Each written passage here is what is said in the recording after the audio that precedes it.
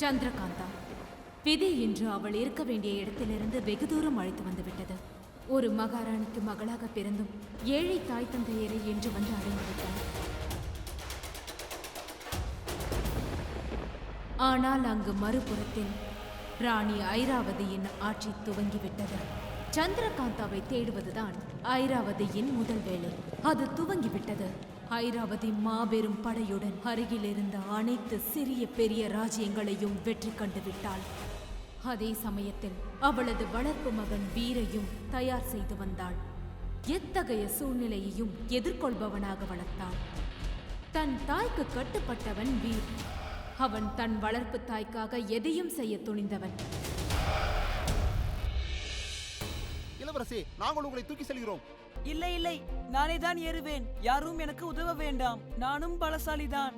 என்னால் எதையுமே தனியாக செய்ய முடியும். இளவரசே,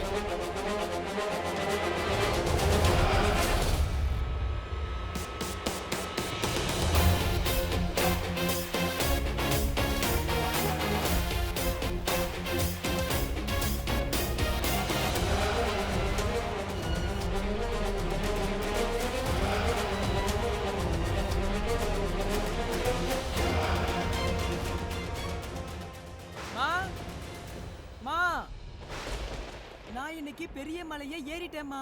பார்த்துட்டே இருங்க. கண்டிப்பா நான் ஒரு நாள் பெரிய பலசாலி ஆயிடுவேன். உங்களுக்கு பிடிச்ச மாதிரி நான் மாறுவேன்.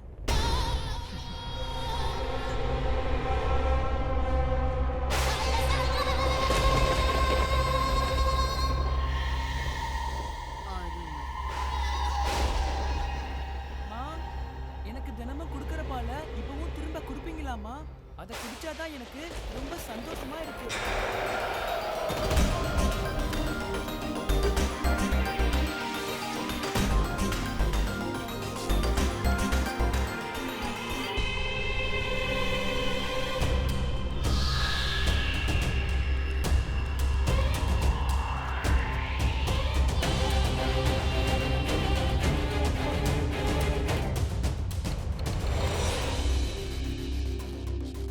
இனி சென்று தூங்கு.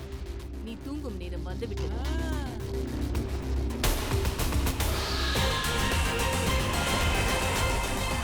அருமை ஐராவதி, அருமை. நீ உன் வளர்ப்பு மகனை கட்டுக்குள்ள வச்சுக்கணும்னு நினைக்கிறியா? அதுக்கு ஏன் அவனுக்கு மதுவை கொடுக்குற? ஒருவேளை அவன் அந்த போதைக்கு அடிமையாயிட்டா? இல்லை, அவன் எனக்கு அடிமையாக போகிறான். நான் தினமும் அளவான போதையை தான் அவனுக்கு கொடுத்து வருகிறேன். அவன் எனக்காக எதையும் செய்பவனாக வளர்த்து வருகிறேன். அதற்காகத்தான் இதை செய்கிறேன். போதையை நீயும் எடுத்துக்கிற? இது போதையல்ல, விஷம். என்ன, உன் எதிரிங்க வந்து உன்னை சாகடிக்கிறதுக்குள்ள நீயே விஷத்தை குடிச்சு சாக போறியா? இல்லை, இந்த விஷம் எனக்கில்லை.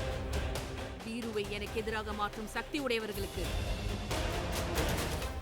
ராஜா சுரேந்தர் இன்று இருந்து விடுவார். அதன் பிறகு இந்த தாய் தன் மகன் கண் முன்னே கண்ணீர் வடிப்பாள். தன் தாயின் கண்ணீரை கண்டு மகன் வருத்தப்படுவான். கொடூரமான வீரனாக மாறுவான்.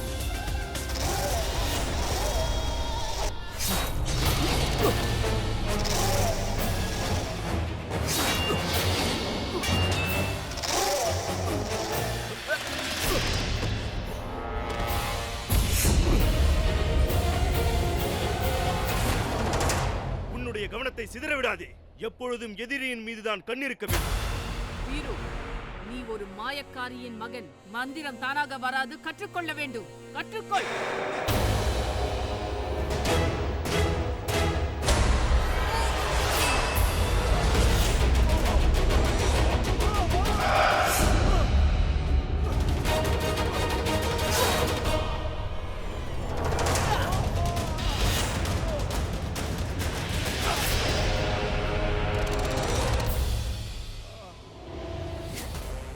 வீரு,